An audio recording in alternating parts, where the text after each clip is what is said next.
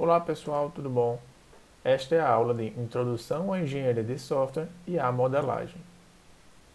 E os objetivos dessa aula são convencer você que projetar, que criar um software é algo muito complexo e que por isso precisa ser gerenciado. Além disso, a gente vai ver como a modelagem, a criação de modelos, ajuda na compreensão e no projeto de um software.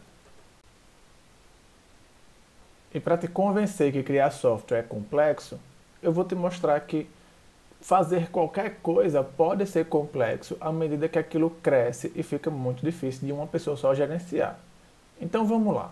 Como surgem as confeitarias? Olha, eu gosto de fazer bolo, certo? E aí, quando eu quero fazer um bolo de ovos, um bolo basicão aqui, olha, o que é que eu preciso? Eu preciso de produtos que tem comuns em casa, farinha, ovo, açúcar, leite. Eu, com os utensílios de casa mesmo eu resolvo, o meu forno doméstico, em 1 horinha e meia disponível aí na minha vida, preparo a massa, preparo o forno, boto para assar e faço o meu bolo. Quem faz isso? Então, eu sozinho faço isso. Com algumas coisas básicas de qualquer casa, eu consigo fazer um bolo de ovos. Sendo que o que é necessário para fazer um bolo decorado?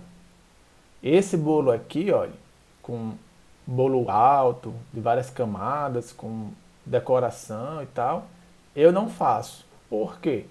Porque ele precisa de produtos especiais, ele precisa de utensílios especiais, eu vou empregar novas técnicas, eu tenho que ter muito mais tempo para resolver isso aqui. Então, Hugo, na casa dele, ele não tem esses utensílios, ele não tem a técnica, né? Eu não sei fazer isso. Mesmo que eu tenha uma cozinha mais equipada do mundo, eu não sei fazer essas coisas. Então eu tenho que treinar, eu tenho que aprender, eu tenho que estudar. Mas ok, quem pode fazer isso? Vocês concordam que uma pessoa especializada, treinada, com tempo disponível, ela consegue fazer isso? Consegue. Uma pessoa sozinha faz um bolo desse. Dá um trabalho, leva um tempo, precisa de muita coisa, mas consegue. Agora, o que é necessário para fazer e vender um bolo? Então vejam, uma coisa é fazer o bolo, aquilo que a gente já estava vendo.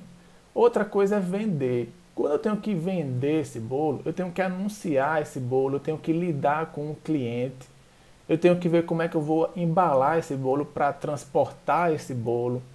E isso vai me custar mais tempo e mais recursos. Então eu preciso de material para embalagem, eu tenho que saber alguém, eu tenho que ter uma forma de embalar isso, eu tenho que planejar como é que vai ser o transporte. Quem é que vai realizar o transporte? Eu que fiz o bolo vou realizar o transporte? Ou a outra pessoa vai realizar o transporte? Então, quem faz isso? Então, uma pessoa talvez consiga fazer isso tudo se ela fizer o bolo e vender o bolo e ela fala com a pessoa que vai comprar o bolo, mas se ela vender um bolo por dia, talvez ela consiga fazer isso. 2 bolos por dia, talvez ela consiga fazer isso. Mas já estão percebendo onde é que eu quero chegar, né? E agora, se eu tenho que fazer e vender 5 bolos todo dia, o problema é muito mais complexo, certo? Eu tenho que fazer o gerenciamento de clientes. Toda hora eu tenho que estar me comunicando com alguém, mesmo que seja da forma mais simples possível, seja via WhatsApp, eu tenho que ter gerenciamento de clientes. Falar, receber, negociar, combinar a entrega, o preço, tudo. Na cozinha eu tenho que fazer um gerenciamento de insumos. Eu tenho que saber quantas meus bolos gastam de farinha, de açúcar, de leite. Então eu tenho que saber se quanto eu vou comprar, quanto eu vou fabricar, quanto vai ter saída. Eu tenho que cuidar do estoque desses insumos. E aí eu vou produzir muitos bolos, eu tenho espaço para guardar esses bolos todos durante um dia, eu tenho que organizar o horário de entrega, se vai ficar muito bolo na minha cozinha armazenado. E como é que vai ser a entrega? Eu vou terceirizar a minha entrega? E todos esses custos envolvidos, como é que eu dou conta? Quem faz isso? Então vejam, para fazer e vender 5 bolos decorados, difícil fazer sozinho, certo? Difícil. E no momento que eu tenho muitas tarefas para serem feitas, pouco tempo para fazer, eu tenho que começar a ter mais gente para dividir essas tarefas. De 1 bolo para 5 bolos já vira assim um problema, eu tenho que gerenciar tudo isso. E para gerenciar tudo isso eu tenho que ter uma coisa organizada, eu tenho que ter um planejamento, eu tenho que ter um conjunto de métricas que vão me dizer se está dando certo, se está dando errado, para adaptar meu plano para qualquer coisa. Eu quero, no final das contas, ter lucro, né? Então, quanto mais tempo eu gasto, quanto mais recurso eu gasto para conseguir realizar bem essas coisas, mais caro vai ser, menor vai ser o meu retorno. Eu quero fazer isso bem feito. Isso que a gente estava falando era em relação à confeitaria. Então, o boleiro ele foi desenvolvendo aí seu negócio e ele começou a ter que gerenciar várias coisas e tem que compartilhar essas tarefas com alguém. Mas vejam que é análogo ao desenvolvimento de software, é a mesma coisa. Eu, programador solo, programo sozinho, eu consigo fazer um script para um amigo meu, para ler uns arquivos, pegar algumas informações, calcular alguma coisa e gerar uma planilha. Consigo. Sendo que quando minhas tarefas crescem, quando a complexidade aumenta, aí eu já não consigo fazer sozinho. Se me encomendassem, meu amigo boleiro, me encomendassem a loja virtual dele de bolos, eu não ia fazer sozinho. Eu ia falar com alguém, com um colega meu e dizer, olha colega, vamos fazer o seguinte, eu sou bom de back-end, você é bom de front-end, vamos fazer esse trabalho junto? Então veja, já é uma divisão de tarefas. E aí essa divisão de tarefas, ela assume que existe um processo, certo? Então, você vai fazer o que primeiro? Eu vou fazer o que primeiro? Em que momento a gente vai se reunir para conversar? Em que momento a gente vai se encontrar com o nosso cliente para conversar com ele, para saber o que é que ele quer? Depois de quantos dias de desenvolvimento, a gente vai apresentar para o cliente o primeiro protótipo? Vai estar funcionando alguma coisa? Ou a gente vai mostrar só o HTML? Em quanto tempo eu vou desenvolver o banco de dados? O que é que eu vou ter que armazenar nesse banco? Então vejam, são inúmeras perguntas. É um trabalho já consideravelmente complexo e é simplesmente uma loja virtual de uma confeitaria de bairro, certo? É coisa pequena. E ainda assim, desenvolver o software dela é uma coisa complexa. Então, isso tudo é para convencer que para fazer qualquer coisa significativa dar certo, você não faz sozinho. E para isso você precisa gerenciar o trabalho das pessoas de acordo com as capacidades de cada uma delas. Esse é o ensinamento principal.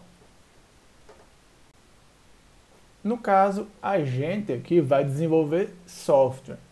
E toda essa complexidade que a gente estava falando, em todo esse processo de desenvolver software, eu consigo resumir aqui em algumas poucas atividades, certo? Então vejam, no desenvolvimento de software, eu sempre vou ter essas atividades aqui. Levantamento de requisitos, análise e projeto, implementação e teste e implantação. Vamos ver mais ou menos o que é cada atividade dessa. Primeiro, levantamento de requisitos. O que é? No exemplo que eu dei há pouco, eu disse que em algum momento eu ia ter que sentar com o meu colega e o nosso cliente, o boleiro, para perguntar o que é que a loja virtual de vocês vai ter? Como é que é a produção de bolos de vocês? Quanto se consome? Que produtos? Que variedade? Isso é levantamento de requisitos. O levantamento de requisitos vai identificar o que o software precisa fazer. Veja, o que o software deve fazer está na cabeça do cliente. E ele tem que explicar para você que vai desenvolver o que é que ele quer. Então, nessa etapa de descoberta, né, você, como desenvolvedor, vai descobrir o que é para fazer, você já está levantando requisitos. Requisitos, pense que são necessidades. Então, quais são as necessidades que o software vai ter que atender para o cliente, né, para ser uma coisa útil? Então, tudo que eu identificar nessa fase são requisitos. Então, nessa fase, nessa atividade, né, eu vou identificar o que o software deve fazer, eu vou identificar o que as pessoas e organizações esperam do software. No nosso caso da confeitaria, eu tenho o boleiro, que é o dono, mas talvez ele tenha um sócio que vai cuidar da parte de marketing. Então, o que é que o cara de marketing precisa que o software faça? O que é que ele espera do software? Eu tenho que falar, eu tenho que descobrir isso para todos os envolvidos. Não só para o cliente. O cliente é quem tem, digamos, a palavra final, mas várias pessoas talvez usem o software. Eu também tenho que descobrir com o próprio usuário final, né? Quem vai usar a loja. quem vai comprar o bolo. Eu tenho que dar uma sondada para ver o que ele espera de uma loja virtual de bolos. Como é que o que é mais agradável para ele. E aí nessa área que eu estou falando de e-commerce, né, a gente hoje em dia está com e-commerce para praticamente tudo. Então já existe toda uma cultura em cima disso. Então é nosso dever também entender essa cultura. Tudo isso é levantamento de requisitos, certo? Importantíssimo. É no levantamento de requisitos que eu, analista, né, eu, desenvolvedor, vou conhecer os termos e definições do negócio. Isso é muito comum, certo? O boleiro, ele tem os termos dele, ele vai fazer o bolo, ele chama bolo decorado, tem um bolo simples, tem biscoito. Então, esses termos são todos muito comuns ao usuário final, né? Ao cidadão comum. A gente sabe o que é isso, sabe o que é vender, o que é estoque, o que é compra online, tudo isso a gente conhece. Só que dependendo da área, quem é o seu cliente? Se seu cliente for alguém da Bolsa de Valores, provavelmente ele vai falar um monte de termo que você não sabe do que se trata. Provavelmente ele vai falar de um bocado de coisa que você de processos, de coisas complexas que você nem sabia que existiam. Então, parte do seu trabalho como desenvolvedor é entender esses termos, conhecer, certo? E entender como é o negócio do seu cliente agora, antes de informatizar. Eu tenho que conhecer isso bem para desenvolver um software bem feito também, certo? Além disso, o levantamento de requisitos vai ser uma etapa, eu vou conhecer tudo isso e eu tenho que documentar, né? Eu tenho que registrar. Vão ser gerados documentos que vão ter todo esse aprendizado registrado. Então eu tenho que documentar isso tudo, em especial as restrições que o software deve atender. Então assim como eu tenho que identificar o que o software deve fazer, eu tenho que identificar várias restrições que o software deve atender. A gente vai falar um pouquinho disso mais tarde, em outras aulas. E também nessa fase eu posso fazer um levantamento das tecnologias disponíveis. Se o meu cliente que vai vender bolo, ele diz que eu quero que o meu sistema seja um aplicativo para Android. Isso aí já foi definido um conjunto de tecnologias que eu vou ter que usar, certo? Às vezes o cliente tem exigências, às vezes não tem. Às vezes não tem exigência, mas a gente que é desenvolvedor, nosso papel também é estudar as várias tecnologias para saber qual é a melhor de se empregar. E aí a quantidade de fatores que vão ser levados em consideração para decidir as tecnologias que eu vou utilizar são inúmeros, certo? Então, isso aqui é só para mostrar, só essa parte aqui, levantamento de requisitos, já é algo muito complexo, certo? Já tem muitos fatores a serem levados em consideração. E voltando aqui um slide, isso é uma das atividades nas várias atividades que a gente vai desenvolver. Essas aqui, inclusive, são as principais, mas não são as únicas, certo? Então vejam, só o levantamento de requisitos já vai consumir bastante coisa. E em termos de formação, vocês estão agora no terceiro período, né, normalmente, vai existir uma disciplina de requisitos, ou seja, existe uma disciplina só para isso aqui. Assim como existem várias disciplinas para isso aqui, existe a APO, que a gente está cursando, para isso aqui, só que isso aqui vocês vão aprender em APO só o básico, certo?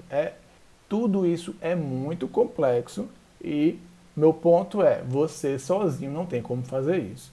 Você tem que ter uma noção geral de tudo e você tem que se juntar com outros colegas que um vai dominar uma coisa, outro vai dominar outra e a gente vai conseguir fazer isso aqui junto. Ok, passado o levantamento de requisitos, próxima atividade, análise e projeto. O que é que se faz? Como é que eu quero que vocês pensem quando eu falo análise e projeto? Olha, pense que analisar é entender, compreender, investigar, certo? E pense que projetar é criar a solução, desenhar a solução. Em inglês, o termo que se usa é design. Então, design é tanto o resultado quanto a ação, certo? Então, desenhar, criar é projetar. Então, tentem pensar nesses sinônimos aqui para ficar mais fácil de entender o que são as atividades de análise e projeto. O que é que se faz durante a análise e projeto de um software? Eu vou investigar os conceitos que vão compor o sistema. Ó, a gente está falando agora, né? Se o meu cliente é da Bolsa de Valores, eu tenho que entender esses conceitos. Então, isso aqui a análise aqui também inclui entender esses conceitos e definir os conceitos que vão compor o sistema. Eu vou identificar objetos, seus atributos e suas responsabilidades. Aqui a gente está falando de software orientado a objetos. No final das contas, todas as entidades do meu sistema vão ser objetos. E os objetos têm atributos e vão ter responsabilidades aqui, vão ter métodos. E os objetos se comunicam uns com os outros para realizar uma tarefa. Essa é tipo a definição de orientação a objeto. Então, se eu vou desenvolver um sistema orientado a objeto, boa parte do meu trabalho de análise e projeto é justamente dizer quais objetos vão existir, quais os atributos de cada objeto, quais os métodos de cada objeto e como esses objetos vão se comunicar. Isso aí é como se fosse o núcleo do desenvolvimento de software orientado a objetos, é isso aqui, certo? Só que isso é suportado por inúmeras outras tarefas, como a gente está vendo. Além disso, eu vou ter que criar um modelo de dados nessa etapa aqui. Então, o que é que vai ficar armazenado no banco de dados? Como é que aqueles dados vão se relacionar? É nessa atividade de análise e projeto que eu vou criar esse modelo de dados. Desenvolver protótipos de interface. A gente sabe que o usuário final, ele tem uma interface gráfica lá na frente dele, e para ele aquilo é software, aquilo é tudo.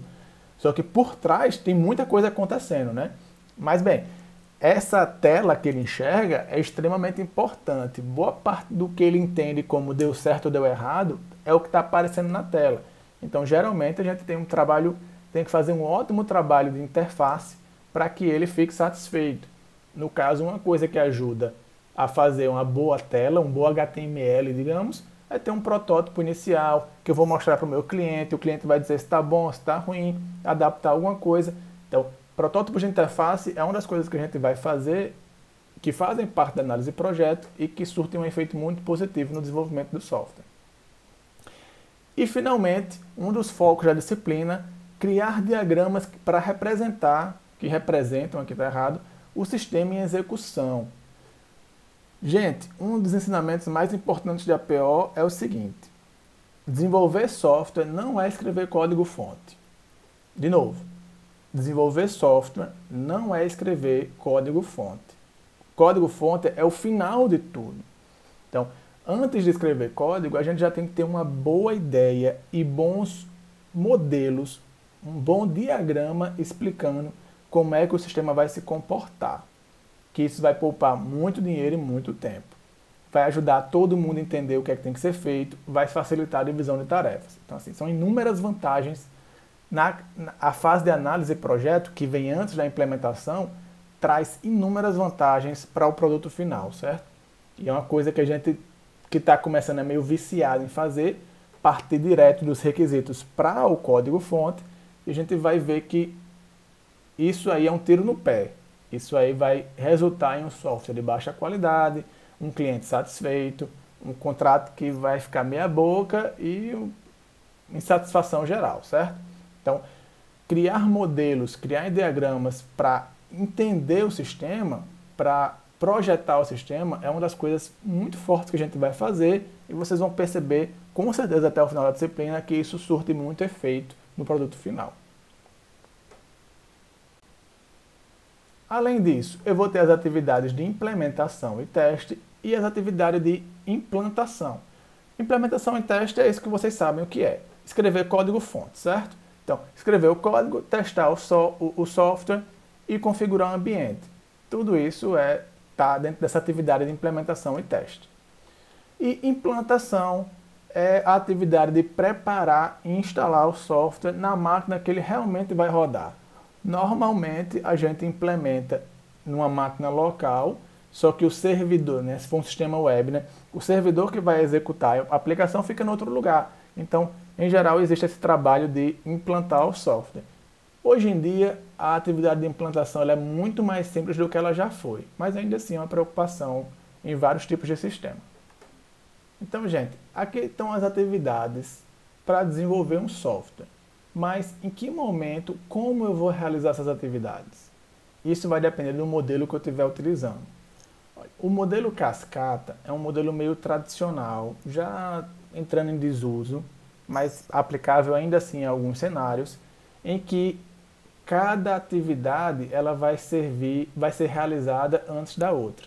Ou seja, eu tenho um levantamento de requisitos completo, identifico tudo que o software tem que fazer, todas as restrições, falo com todo mundo que está envolvido no projeto para atender às expectativas dele, e quando eu acabar isso aqui para tudo, eu passo a análise projeto.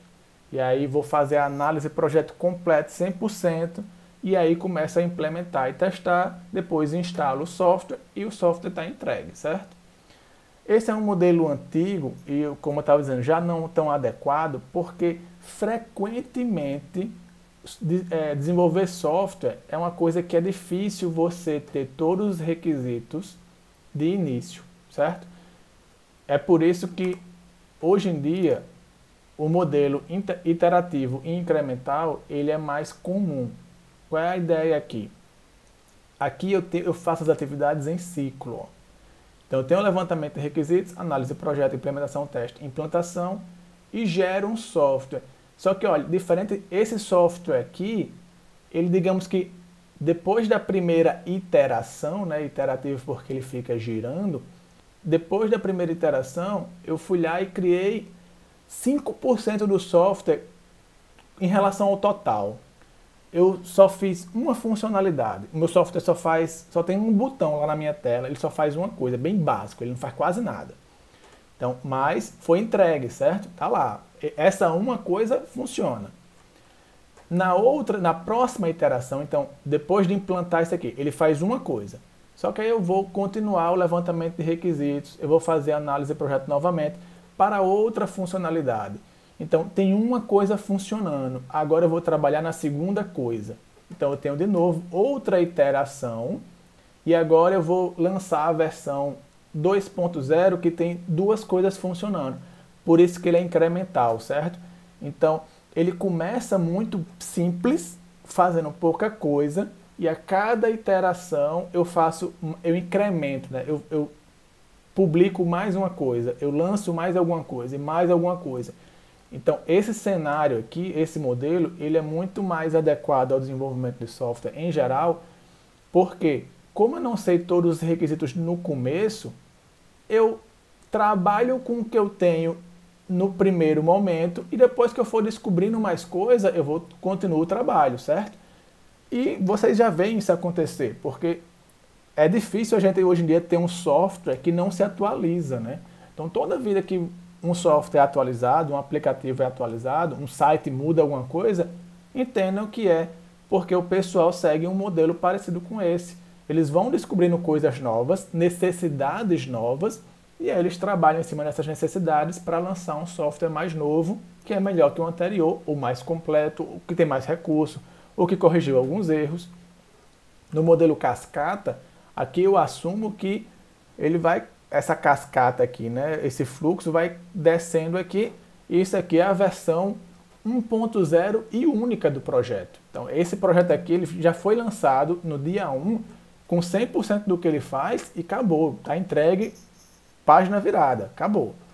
Aqui não, eu assumo que eu vou entregando pouquinho a cada iteração e aí eu vou incrementando a cada iteração. Eu consigo me adaptar às mudanças, eu consigo perceber que alguma coisa não deu certo, meu cliente fala, mas eu tive uma ideia diferente agora, então eu consigo me adaptar a essa mudança de ideia, coisa que aqui não. Quando eu estou aqui, ó, passei pelos requisitos, análise de projeto, que eu estou implementando, se meu cliente chegar e disser, rapaz, eu mudei de ideia num aspecto aqui, que a ideia dele, eu levanto aqui nos requisitos. Se eu estou implementando, ele chegou com essa mudança de ideia, eu vou dizer, ó, fulano, lamento sua situação, mas o meu modelo não se encaixa com essa mudança de planos agora. Aí ele vai dizer, mas sou eu que estou pagando, e aí? Aí você vai ficar, não sei. Então, vejam, é por isso que esse modelo ele já não se adequa tão bem, certo? Porque os requisitos no desenvolvimento do software eles são muito mutáveis, eles são muito frágeis, eles mudam muito fácil. E isso tudo que eu estava falando é em termos de atividades, vejam. Isso aqui são atividades que toda equipe vai ter que fazer para entregar um software. Só que como essas atividades vão ser gerenciadas? E isso é definido pelas metodologias, pelos processos. Em APO, a gente vai seguir, não vai estudar, vai seguir mais ou menos o processo unificado, certo? É um processo aí de mais ou menos dos anos 2000, que é bem influente na indústria, e é um processo que divide as fases bem direitinho. Então, ele diz assim, olha, eu vou colocar isso como uma pergunta do questionário, certo? Então não vou explicar muito bem não. Mas existem 4 fases bem definidas. Ele vai dizer, na primeira fase você vai fazer isso, na segunda fase vai fazer isso, e assim por diante, certo? Então vejam, o processo vai definir as fases que eu vou atuar, em que aquelas atividades vão ser executadas, e esse processo unificado, ele segue um modelo iterativo incremental. Então ele é mais parecido com o que a gente viu, aquele ciclo, certo? Além disso, ele é um processo customizável. E o que é que isso quer dizer? Eu tenho uma empresa que segue o processo unificado, só que pode ser um pouco diferente de outra empresa que segue o mesmo processo unificado. No caso, é um processo unificado como uma ideia geral, só que tem alguns passos que são diferentes. Então ele é legal porque ele é customizável. Se ele fosse restrito, ou você segue o processo 100% ou não segue. E aí isso acaba limitando um bocado as coisas. Ele ser customizável é interessante porque ele permite essa flexibilização. Só que ainda assim, o processo unificado ele é considerado uma metodologia tradicional, certo? E as metodologias tradicionais, elas são mais focadas no projeto, nos documentos, nas ferramentas. É mais sobre o produto que a gente está criando. Um dos principais contrastes das metodologias tradicionais são as metodologias ágeis, que vocês já devem ter ouvido falar assim, metodologia ágil, esse nome em algum lugar. As metodologias ágeis são mais focadas nas pessoas e nos processos, mais do que no projeto e nos documentos. Mas isso é uma coisa que a gente não vai, como eu disse, a gente não vai estudar o processo unificado em APO, a gente vai aplicar uma customização do processo unificado. A disciplina que vocês vão estudar, de fato, processos e metodologias, são disciplinas como processo de software, acho que tem esse nome, essa disciplina, processo, e na disciplina de gerenciamento de projetos. Então, nessas disciplinas é que vocês vão estudar bem esses processos, essas metodologias. Aqui a gente vai só usar. Gente, o restante dessa aula seria para apresentar, discutir sobre modelagem, em especial sobre a linguagem UML. Sendo que estou vendo aqui que eu sigo fracassando em fazer aulas curtas, já estou preocupadíssimo com o tempo que já estamos, então vou parar por aqui e esse conteúdo de modelagem eu vou abordar mais para frente na disciplina. Por hoje é só, lembrem-se que vocês têm sempre um questionário para responder depois relacionado a essa videoaula. Então vai lá responder logo, porque a sua aprovação depende diretamente disso. Ok? Então, gente, até mais, até a próxima aula.